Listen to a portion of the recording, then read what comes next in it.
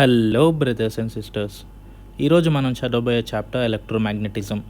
Video start చేసే ముందు ఒకవేళ మీరు సబ్స్క్రైబ్ చేసి ఉండకపోతే సబ్స్క్రైబ్ చేసేయండి. అండ్ ఒకవేళ మీరు సబ్స్క్రైబ్ చేస్తుంటే ఈ వీడియో మీ ఫ్రెండ్స్తో కూడా షేర్ చేయండి. సో ఈ వీడియోలో మనం ఎలక్ట్రోమాగ్నెటిజం అంటే ఏంటి, దాని యొక్క యూజెస్ ఏంటి, అసలు అది ఎందుకు వస్తుంది అనే వాటి గురించి మాట్లాడదాం అనమాట. ఈ ఎలక్ట్రోమాగ్నెటిజం గురించి ఎవరు ఎక్కువ వర్క్ చేశారు అంటే దానికోసం ఎక్కువ వర్క్ చేసిన సైంటిస్టుల్లో ఒకరి పేరు హ్యాన్స్ క్రిస్టియన్ ఓర్స్టెడ్ అనమాట. సో ఈ హ్యాన్స్ క్రిస్టియన్ ఓర్స్టెడ్ అనే ఆయన ఎలక్ట్రోమాగ్నెటిజంలో చాలా పెద్ద క్రూషియల్ రోల్ అనేది ప్లే చేశారు. ఎందుకు అంటే ఎప్పట్లాగానే ఈయన టూర్లకి అనేది వెళ్ళేవాడు అనమాట. టూర్లకి వెళ్ళి అక్కడ డిఫరెంట్ ఎక్స్పెరిమెంట్స్ అనేవి చూపిస్తూ ఉండేవాడు. సో ఇంతకుముందు మనకున్నట్టుగా మూవీ థియేటర్స్ అవి ఇవి ఉండే కాదు కాబట్టి మోస్ట్లీ సైన్స్ మీద వెస్టర్న్ వాళ్ళు ఎక్కువ ఫోకస్ చేసేవాళ్ళు. అండ్ వాళ్ళు ఇలా సైన్స్ ఎక్స్పెరిమెంట్స్ పబ్లిక్కి చూపిస్తూ ఉండేవాళ్ళు అనమాట. దాంట్లో ఒకసారి కొత్తగా ట్రై చేద్దామని చెప్పి ఒక వైర్ కింద ఒక కంపాస్ అనేది పెట్టాడనమాట. కంపాస్ పెట్టి ఎప్పుడైతే వైర్లో నుంచి ఎలక్ట్రిక్ కరెంట్ పాస్ చేసేప్పుడో అప్పుడు వెంటనే ఆ కంపాస్ యొక్క డైరెక్షన్ అనేది డిఫ్లెక్ట్ అయ్యింది. సో కంపాస్ అనేది ఏంటో తెలియని వాళ్ళకి ఫోటో చూపిస్తాను చూడండి. కంపాస్ అంటే ఇలా ఉంటుంది, ఓకేనా. సో మీరు ఎగ్జిబిషన్లో వాటిల్లో వీటిల్లో ఇవి చూసే ఉంటారు. ఇదేంటంటే ఎర్త్ యొక్క magnetic north and magnetic south ఏంటో చెప్తానికి వాడతామన్నమాట. అండ్ ఇంతకుముందు జీపీఎస్లు అయ్యి ఉండే కావు. సో అప్పుడు ఈ కంపాస్ ద్వారానే ఓషన్లో డైరెక్షన్ ఎట్లా వెళ్ళాలి లేదా ఏదైనా రూట్లో డైరెక్షన్ ఎట్లా వెళ్ళాలి అనేది ఈ కంపాస్ ద్వారానే చూసేవాళ్ళు అనమాట. ఓర్స్టెడ్ అయిన ఆయన ఎక్స్పెరిమెంట్ చేస్తున్నప్పుడు ఎప్పుడైతే ఈ కంపాస్ డిఫ్లెక్ట్ అయిందో అతను వెంటనే ఒక రిలేషన్ అనేది క్రియేట్ చేయగలిగాడు. ఎలక్ట్రిసిటీ అండ్ మ్యాగ్నెటిజం ఇంత ముందు వేరు వేరు అనుకునేవాళ్ళు, బట్ ఈ ఎక్స్పెరిమెంట్ తర్వాత అవి రెండు ఇంటర్లింక్ అయి ఉన్నాయని అర్థం చేసుకున్నాడు.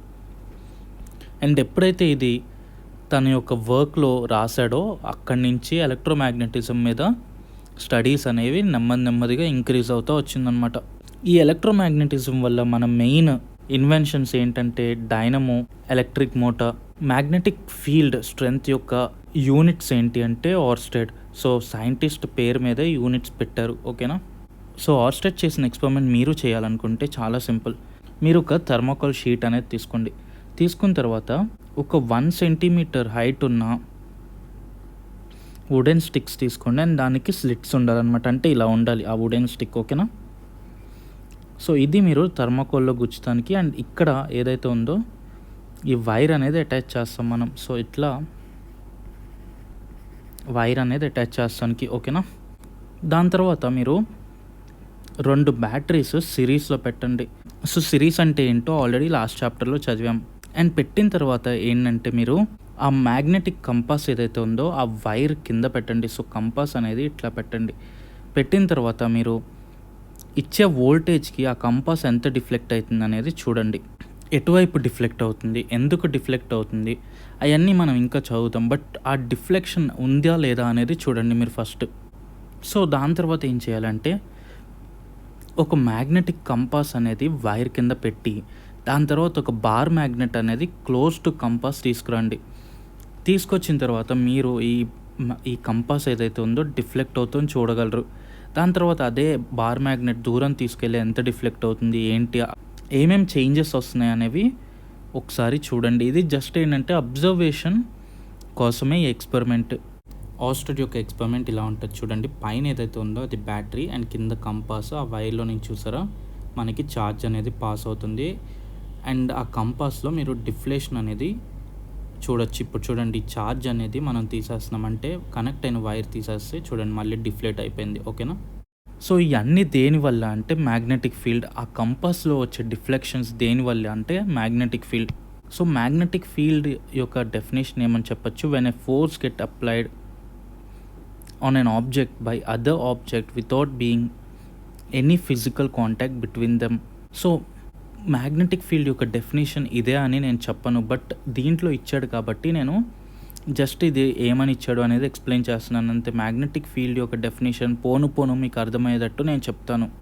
దాని తర్వాత ఇక్కడ ఫిజికల్ కాంటాక్ట్ లేదు అంటున్నాడు. సో ఫిజికల్ కాంటాక్ట్ ఏంటంటే సపోజ్ మీ దగ్గర ఒక బాల్ ఉందనుకోండి. ఈ బాల్ని మీరు కిక్ చేశారనుకోండి, అంటే కాళ్ళతో కిక్ చేస్తే ఈ బాల్ ముందుకెళ్తుంది. అప్పుడు ఈ కిక్ చేసినప్పుడు ఈ కాంటాక్ట్ ఏదైతే ఉందో దీన్ని ఫిజికల్ కాంటాక్ట్ అంటాం. ఓకేనా, దీన్ని ఫిజికల్ కాంటాక్ట్ అంటాం. అలా కాకుండా నాన్ ఫిజికల్ కాంటాక్ట్ అంటే ఫిజికల్ కాంటాక్ట్ లేని ఏంటి, ఎగ్జాంపుల్ ఏంటంటే మ్యాగ్నెటిక్ ఫీల్డే. దాని తర్వాత యాక్టివిటీ 2, ఒక వైట్ షీట్ అనేది తీసుకోండి, అది హారిజాంటల్ టేబుల్ మీద ప్లేస్ చేయండి. ఓ బార్ మ్యాగ్నెట్ ఆ షీట్ మధ్యలో పెట్టండి. సో బార్ మ్యాగ్నెట్ ఇది అనుకోండి అండ్ ఆ షీట్ మధ్యలో పెట్టాం. దాని తర్వాత ఒక కంపాస్ తీసుకొని దీని చుట్టూతా తిప్పుతూ డిఫరెంట్ ఏరియాస్లో పెడుతూ ఎంత డిఫ్లెక్షన్ ఉందో చూడండి. సో సపోజ్ ఇది ఇట్లా నార్త్ అండ్ ఇట్లా సౌత్ వచ్చిందనుకోండి, నార్త్ సౌత్ ఈ రెండు మార్క్ చేసి ఈ రెండు కంపాస్ తీసేసిన తర్వాత ఈ రెండు కనెక్ట్ చేయండి ఒక పెన్సిల్తో. అలా డిఫరెంట్ ప్లేసెస్లో పెట్టి మొత్తం అన్నీ కనెక్ట్ చేసుకుంటూ వెళ్ళండి. సో మీరు చూస్తే ఏంటంటే ప్రతి చోట డిఫరెంట్ డిఫ్లెక్షన్స్ అనేవి వస్తూ ఉంటాయి. అండ్ మీరు ఏం చేస్తారంటే ఆ టేబుల్ పైన, అంటే టేబుల్ కింద కూడా చెక్ చేయండి. అప్పుడు కూడా కంపాస్ ఏదైతే ఉందో డిఫ్లెక్ట్ అవుతుంది. అంటే దాని యొక్క మీనింగ్ ఏంటంటే మ్యాగ్నెటిక్ ఫీల్డ్ అనేది 3 డైమెన్షనల్ది. అంటే X axis, Y axis and Z axis, ఈ 3 డైమెన్షన్స్లో ఉంటుంది అనమాట. So X axis, Y axis, Z axis are 3 dimensions అంటే ఏంటి అని తెలియని వాళ్ళు కంగారు పడమాకండి, మీకు ఇంటర్లో ఇంకా క్లియర్గా వస్తుంది. సో మీరు గుర్తుంచుకోవాల్సింది ఏంటంటే జస్ట్ మ్యాగ్నెటిక్ ఫీల్డ్ అనేది 3 డైమెన్షన్స్. ఓకేనా, అండ్ దాని తర్వాత ఫీల్డ్ యొక్క స్ట్రెంగ్త్ మ్యాగ్నెట్ నుంచి దూరం వెళ్ళే కొద్దీ మారుతూ ఉంటుందా లేకపోతే కాన్స్టెంట్ ఉంటుందా? ఈ మ్యాగ్నెట్ నుంచి ఫీల్డ్ యొక్క స్ట్రెంగ్త్ దూరం వెళ్ళే కొద్దీ తగ్గుతూ వస్తుంది, డిక్రీజ్ అవుతూ వస్తుంది అనమాట. ఓకేనా, సో ఇది ఇంకో పాయింట్ మీరు గుర్తుంచుకోవాల్సింది. సో యాక్టివిటీ 2 and 3కి ఇదిగోండి ఈ వీడియో మీకు చూస్తే మీకు ఇంకొంచెం క్లారిటీ అనేది వస్తుంది. దీంట్లో చూసారా మ్యాగ్నెట్ ఏదైతే ఉందో దాని చుట్టూతా కంపాస్ని పెట్టి ఆ పాయింట్స్ చూసుకుని దాని ప్రకారంగా అదే డైరెక్షన్లో వెళ్తూ వస్తుంటే చూడండి మనకి లాస్ట్లో ఫైనల్లో మ్యాగ్నెట్ చుట్టూతో ఉండే మ్యాగ్నెటిక్ లైన్స్ ఏవైతుంటే మ్యాగ్నెటిక్ ఫీల్డ్ యొక్క లైన్స్ ఎలా ఉంటాయి అనేది చూడొచ్చు. సో ఈ వీడియో చూడండి, దీని తర్వాత కంటిన్యూ చేద్దాం.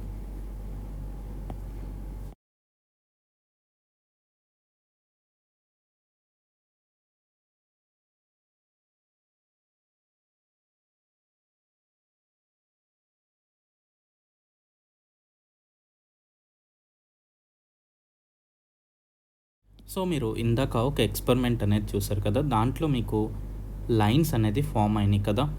సో మ్యాగ్నెట్ చుట్టూతో కంపాస్ పెట్టి లైన్స్ డ్రా చేస్తుంటే చూసారా ఇలాగా లైన్స్ అనేవి డ్రా చేయగలిగాం. ఈ లైన్స్ని ఏమంటాం, ఈ లైన్స్ని మ్యాగ్నెటిక్ ఫీల్డ్ లైన్స్ అంటాం. అండ్ ఈ ఎటువంటి లైన్స్ అంటే ఇమాజినరీ టైప్ ఆఫ్ లైన్స్ అనమాట. ఓకేనా, సో ఇమాజినరీ లైన్స్ అని ఎందుకు అంటామంటే అవి యాక్చువల్ లైన్స్ కావు. అంటే మనం ఒక పాయింట్ అనేది దాన్ని తీసుకుని దాని ద్వారా ఒక లైన్ అనేది క్రియేట్ చేయం. బట్ ఏంటంటే మనం ఒక నార్త్ సౌత్ అనేది చూసుకుని ఏంటంటే దాని ప్రకారంగా మనం దాని చుట్టూతా లైన్స్ అనేవి డ్రా చేసి వీటిని మ్యాగ్నెటిక్ ఫీల్డ్ లైన్స్ అంటామని, కాబట్టి దాన్ని ఇమాజినరీ లైన్స్ అని అంటామన్నమాట. ఓకేనా, సో ఇప్పుడు డైరెక్షన్ ఆఫ్ ద ఫీల్డ్ కనుక్కోవాలంటే ఎలాగా, లైన్స్ నుంచి మనం ఎప్పుడైతే ఒక టాంజెంట్ డ్రా చేస్తామో అదే దాని యొక్క డైరెక్షన్ అనమాట. సో ఇది మన ఇమాజినరీ లైన్స్ కదా. సో ఇక్కడ నుంచి సపోజ్ ఈ పాయింట్ దగ్గర చూడాలంటే ఇలా టాంజెంట్, అండ్ ఇక్కడ నుంచి చూడాలంటే ఇలా టాంజెంట్, ఇక్కడ నుంచి చూడాలంటే ఇలా టాంజెంట్. ఓకేనా, సో ఆ పాయింట్ దగ్గర టాంజెంట్ డ్రా చేయగలిగితే అప్పుడు దాన్ని ఈ యొక్క డైరెక్షన్ ఆఫ్ ద ఫీల్డ్ అనేది మనకు తెలుస్తుంది. అండ్ ఈ టాంజెంట్స్ అంటే ఏంటి అనేది తెలియని వాళ్ళు నేను మ్యాథ్స్ క్లాస్లో మీకు టాంజెంట్స్ గురించి నీట్గా ఎక్స్ప్లెయిన్ చేస్తాను, ఆ వీడియోని చూడండి. అండ్ దాని గురించి మీరు ఎక్కువ కంగారు పడాల్సిన అవసరం లేదు. బట్ ఏంటంటే ఫీల్డ్ యొక్క డైరెక్షన్ ఎట్టుంటుందంటే టాంజెంట్ అనేది గుర్తుంచుకోండి చాలు. ఓకేనా, సో ఇప్పుడు ఈ లైన్స్ ఏవైతున్నాయో అవి క్లోజ్డ్ లూప్లో ఉంటాయి, ఓపెన్ లూప్లో ఉంటాయి. అది ప్రస్తుతానికి మనం చెప్పలేము, అండ్ నెక్స్ట్ ఎక్స్పెరిమెంట్ ద్వారా చెప్పగలం. సో ప్రస్తుతానికి ఒకటి గుర్తుంచుకోండి, అవి క్లోజ్డ్లో ఉంటాయి. అండ్ ఎందుకు అనేది నేను తర్వాత చెప్తాను. అండ్ ఇంకోటి నేను ఆల్రెడీ చెప్పాను ఏంటంటే ఫీల్డ్ దగ్గరగా ఉండే, అంటే మ్యాగ్నెట్ దగ్గరగా ఉండేసరికి ఫీల్డ్ యొక్క స్ట్రెంగ్త్ ఎక్కువ ఉంటుంది, అండ్ ఫీల్డ్ దూరం వెళ్ళే కొద్దీ స్ట్రెంగ్త్ దూరం అంటే తగ్గిద్ది అనమాట. సో మీరు చూసుకుంటే దగ్గరగా ఉన్న చోట ఫీల్డ్ ఏదైతే ఉందో క్రౌడెడ్గా ఉంది కదా. సో ఇక్కడ చూడండి క్రౌడెడ్ ఉంది, అండ్ ఇక్కడ దూరం వచ్చే కొద్దీ అవి దాని యొక్క డిస్టెన్స్ ఏదైతే ఉందో పెరుగుతుంది. కాబట్టి ఫీల్డ్ యొక్క స్ట్రెంత్ డిస్టెన్స్ బట్టి మారుతూ ఉంటుంది. అండ్ ఇది యూనిఫామా, నాన్ యూనిఫామా? ఇది నాన్ యూనిఫామ్ ఫీల్డ్ అనమాట. ఎందుకు అంటే ప్రతి పాయింట్ దగ్గర దానికి వచ్చే స్ట్రెంత్, ఫీల్డ్ యొక్క స్ట్రెంత్ ఏదైతే ఉందో చేంజ్ అవుతుంది. ఒకవేళ అలా చేంజ్ అవ్వకపోతే యూనిఫామ్ అని అనొచ్చు. బట్ మనం చూసుకుంటే డిస్టెన్స్ ప్రకారంగా ఫీల్డ్ యొక్క స్ట్రెంత్ చేంజ్ అవుతుంది కదా. సో అందుకే దీన్ని నాన్ యూనిఫామ్ ఫీల్డ్ అంటాం. సో యూనిఫామ్ అంటే డెఫినేషన్ ఏంటంటే ఒకవేళ స్ట్రెంత్ అండ్ డైరెక్షన్ కాన్స్టెంట్ ఉన్నాయనుకోండి, అప్పుడు దాన్ని యూనిఫామ్ అంటాం. అండ్ అవి రెండు కాన్స్టెంట్గా లేవు కాబట్టి మ్యాగ్నెటిక్ ఫీల్డ్స్ అనేవి నాన్ యూనిఫామ్ ఫీల్డ్స్ అనమాట. ఓకేనా. సో ఇప్పుడు ఫ్లక్స్ అంటే ఏంటి, మ్యాగ్నెటిక్ ఫ్లక్స్ అంటే ఏంటి?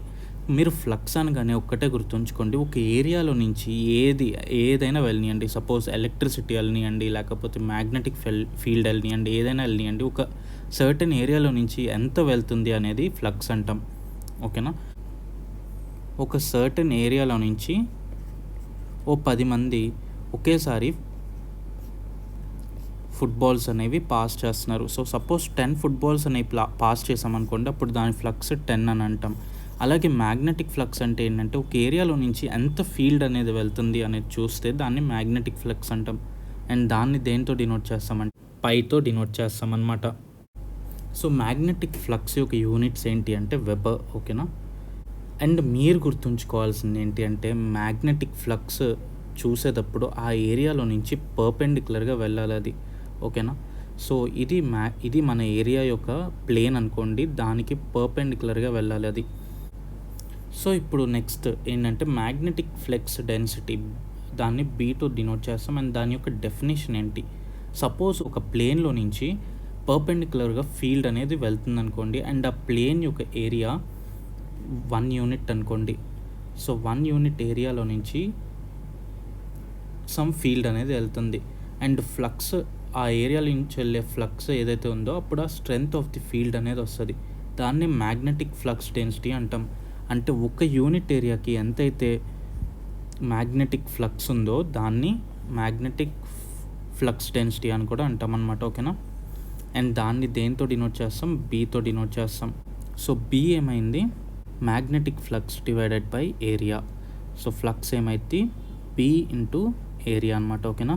సో సపోజ్ మనకి మ్యాగ్నెటిక్ ఫీల్డ్ ఏదైతే ఉందో 50 ఉందనుకోండి, అండ్ ఏరియా ఏదైతే ఉందో 20 ఉందనుకోండి, అప్పుడు బి ఏమవుతుంది? 50 divided by 20. So 50 divided by 20 అంతా 2.5 ఏదైతే ఉందో ఇది ఫీల్డ్ స్ట్రెంగ్త్ అనమాట. అంటే ఒక యూనిట్ ఏరియాకి మనకు వచ్చింది 2.5 web. And units of area suppose metre square అనుకోండి. బి అండ్ ఫ్లక్స్ యొక్క యూనిట్స్ వెబర్ కదా. సో బి ఏమొచ్చింది? 2.5 వెబర్ పర్ మీటర్ స్క్వేర్ వచ్చింది కదా. సో దీన్నే మనం మ్యాగ్నెటిక్ ఫ్లక్స్ డెన్సిటీ అని కూడా అంటామన్నమాట. సో నేను ఆల్రెడీ మీకు చెప్పింది ఏంటి అంటే మ్యాగ్నెటిక్ ఫీల్డ్ ఏదైతే ఉందో పర్పెండిక్యులర్గా ఉండాలి ఏరియాకి. అదే ఒకవేళ ఏరియా కొంచెం యాంగిల్తో ఉందనుకోండి, అప్పుడు ఎలా చేస్తాం? సో ఇక్కడ మీకు ఒక కాన్సెప్ట్ అనేది అర్థం కావాలి, ఎఫెక్టివ్ ఏరియా అనేది అర్థం కావాలన్నమాట. మనం మ్యాథమెటికల్ ఈక్వేషన్స్ చేసేటప్పుడు ఏరియా ఏదైతే ఉందో దాన్ని మన క్యాలిక్యులేషన్స్కి ఈజీ అయ్యే విధంగా మార్చుకుంటాం. సో మనం ఇక్కడ చూసుకుంటే సపోజ్ నేను మీకు ఒక ఎగ్జాంపుల్ చెప్తాను. ఇది ఒక బాక్స్ అనుకోండి, అండ్ పైనుంచి ఒక లైట్ ఉంది, అండ్ కింద గ్రౌండ్ ఉందనుకోండి. సో ఇది గ్రౌండ్, ఇది బాక్స్, అండ్ ఇది సమ్ లైట్. సో ఇది చేసే షాడో ఏదైతే ఉందో సపోజ్ ఇంతవరకు ఉందనుకోండి, షాడో దీనికన్నా ఎక్కువే ఉంటుంది. బట్ సపోజ్ సైడ్ ఇది ఒక స్క్వేర్ అనుకుందాం, అండ్ దీని యొక్క సైడ్స్ ఎస్ అనుకుందాం. సో అది చేసే షాడో ఏదైతే ఉందో ఎస్ అనుకుందాం. ఓకేనా. ఇప్పుడు సపోజ్ అదే బాక్స్ని మనం కొంచెం ఇంక్లైన్డ్ పొజిషన్లో పెట్టాం. ఓకేనా. ఇంక్లైన్డ్ పొజిషన్లో పెట్టినప్పుడు అప్పుడు అది చేసే షాడో ఏదైతే ఉందో మారుతుంది. చూడండి కావాలంటే. సో మొత్తం మీద ఇది ఎస్ కదా, మనం ఇక్కడ టీటా అనుకుందాం, ఇది ఎస్, అండ్ ఇది కూడా సపోజ్ టీటా అనుకుందాం. ఓకేనా. సో ఇది ఎస్ కాస్ టీటా అవుతుంది, అండ్ ఇది కూడా ఎస్ కాస్ టీటా అవుతుంది. సో మొత్తం షాడో ఏదైతే ఉందో 2s cos θ ఉందన్నమాట. సో దీన్నే ఎఫెక్టివ్ లెంత్ అని కూడా అనొచ్చు మనం. అండ్ అలాగే ఏరియాలో కూడా చూసుకుంటే ఎంతవరకు మనకు అవసరం ఉంది అనేది చూసుకున్నాం అనుకోండి, అప్పుడు దాన్ని ఎఫెక్టివ్ ఏరియా అని కూడా అనొచ్చు. సో ఇక్కడ చూసుకుంటే మన ఏరియా ఏదైతే ఉందో ఇంక్లైన్డ్ ఉంది, బట్ మనకు కావాల్సిన ఏరియా ఏంటి, ఫీల్డ్కి పర్పెండిక్యులర్గా ఉండే ఏరియా కదా. సో సపోజ్ ఈ ప్లేన్ ఏదైతే ఉందో, అంటే ఈ ఏరియా ఉండే ప్లేన్ ఒక యాంగిల్ ఏదైతే ఉందో అది సపోజ్ టీటా చేస్తుంది అనుకోండి, అప్పుడు ఎఫెక్టివ్ ఏరియా అంటే పర్పెండిక్యులర్గా మనకి ఫ్లక్స్ వెళ్ళే అంటే మ్యాగ్నెటిక్ ఫీల్డ్ ఏరియా ఏదైతే ఉందో అది కావాలి. అప్పుడు ఏమని చేయొచ్చు, ఈ ఏరియాని మనం ఆ యాంగిల్తో చూడొచ్చు అనమాట. అప్పుడు ఏమవుతుంది, ఏ కాస్ టీటా అవుతుంది, అంతే కదా. సో ఇప్పుడు మనకి ఎఫెక్టివ్ ఏరియా ఏమొచ్చింది, ఏ కాస్ టీటా వచ్చింది. సో ఈ ఎఫెక్టివ్ ఏరియా ఏంటో మీకు అర్థమై ఉంటుంది. అర్థం కాకపోతే ఒకసారి మళ్ళీ చూడండి. అండ్ ఒకవేళ ఏరియా టీటా చేస్తుంటే ఫీల్డ్తో, అప్పుడు ఫ్లక్స్ ఏమవుతుంది, బిఏ కాస్ టీటా అవుతుంది. ఓకేనా, చాలా సింపుల్, ఏం లేదు.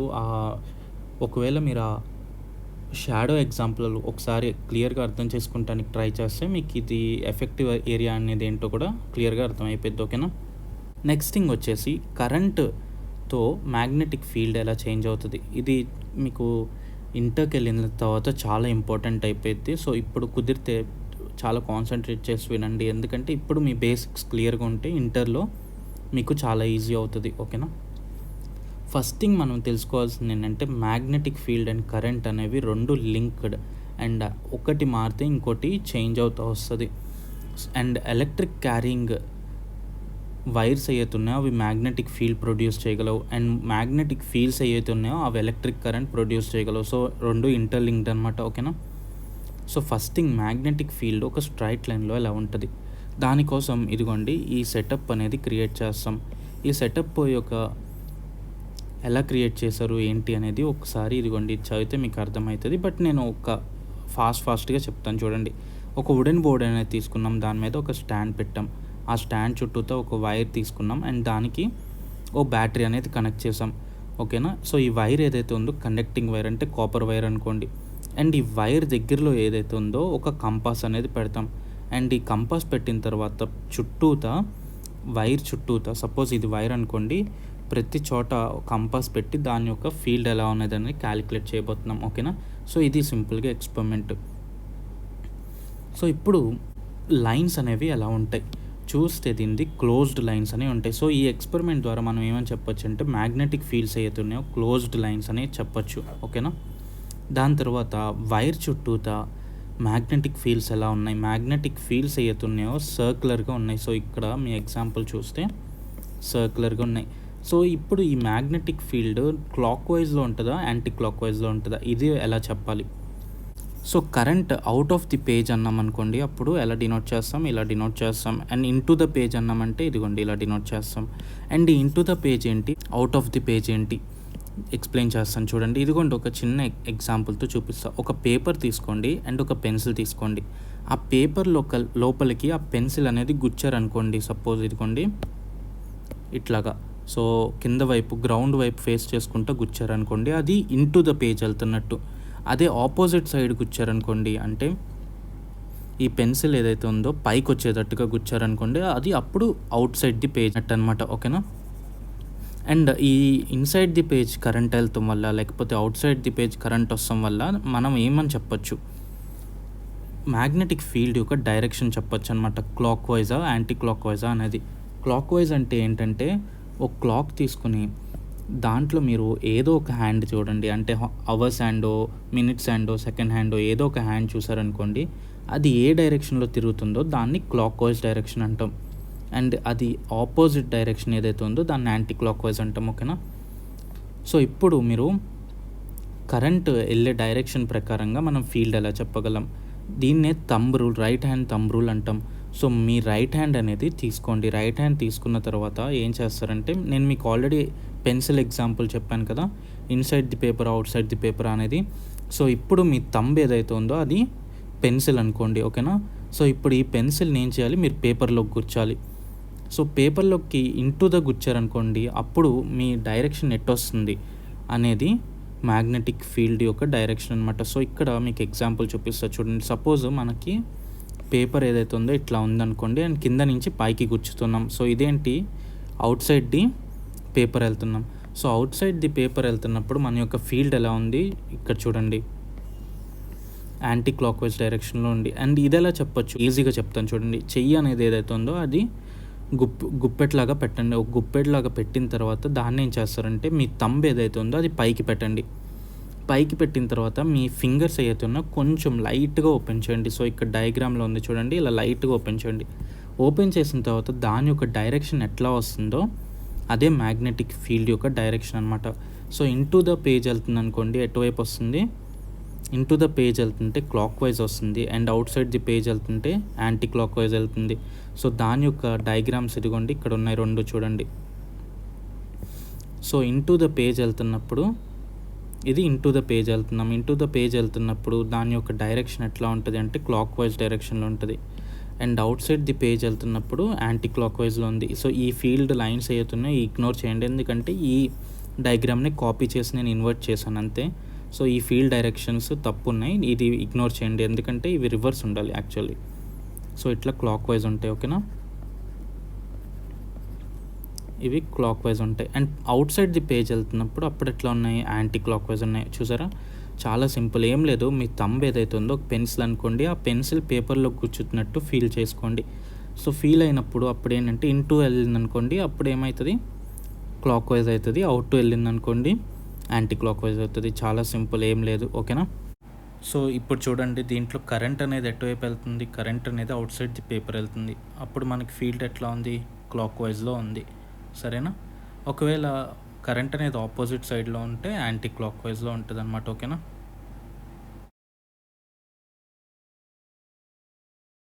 దాని తర్వాత ఒక సర్క్యులర్ కాయిల్లో మ్యాగ్నెటిక్ ఫీల్డ్ ఎలా ఉంటుంది. సర్క్యులర్ కాయిల్ అంటే ఇప్పుడు మనం ఒక కాపర్ వైర్స్ తీసుకుని దాన్ని సర్క్యులర్ కాయిల్గా క్రియేట్ చేసాం అండ్ దానికి కరెంట్ అనేది అప్లై చేస్తున్నాం అనమాట, ఓకేనా. సో ఇది ఒక సర్క్యులర్ కాయిల్ అండ్ దీని చుట్టూతో కరెంట్ అనేది ఎలా ఉంటుంది. సో ఇక్కడ మనం ఏం చేస్తామంటే మన థంబ్ ఏదైతే ఉందో దాన్ని మనం మ్యాగ్నెటిక్ ఫీల్డ్ అనుకుంటాం. అండ్ సర్క్యులర్ కాయిల్లో ఉంది కాబట్టి మన మిగిలిన ఫింగర్స్ ఏవైతే ఉన్నాయో అవి కరెంట్ షేప్లో ఉన్నాయన్నమాట, ఓకేనా. అంటే ఇప్పుడు కరెంట్ క్యారింగ్ వైర్ ఏదైతే ఉందో సర్కిల్లో ఉంది. సో మ్యాగ్నెటిక్ ఫీల్డ్ ఎలా కనుక్కోవాలి. సో సర్కిల్లో మన కరెంట్ ఏదైతే ఉందో ఇందాక స్ట్రైట్ లైన్లో వెళ్తుంది కదా.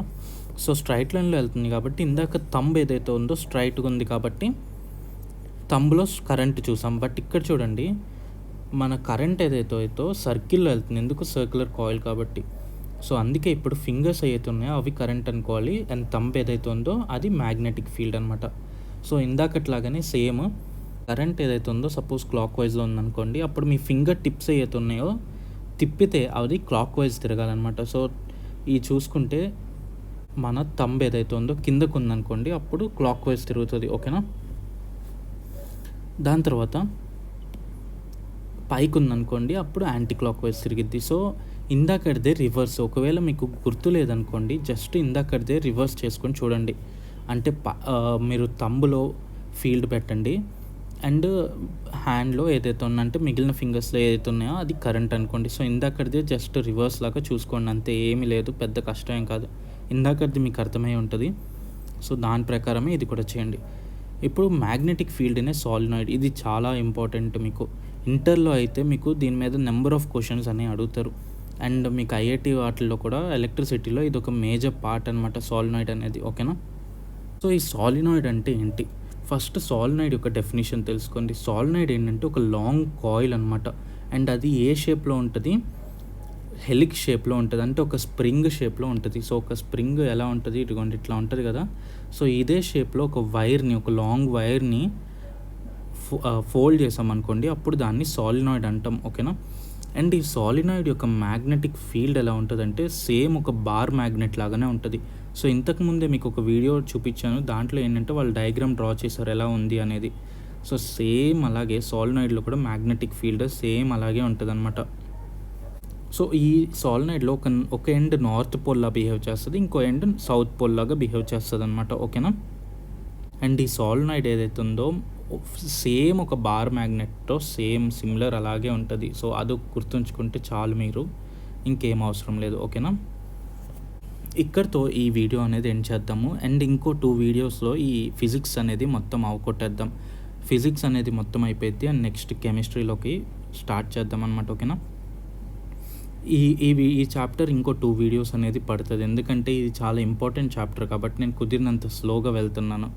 అండ్ మీకు ఎటువంటి డౌట్స్ ఉన్నా కూడా కింద కమెంట్ చేయండి అండ్ నేను దానికి రిప్లై ఇస్తాను. ఓకేనా. వీడియో నచ్చుంటే లైక్ చేయండి, ఏమైనా డౌట్స్ ఉంటే కమెంట్ చేయండి అండ్ సబ్స్క్రైబ్ చేస్తాం మాత్రం మర్చిపోమాకండి. Thank you.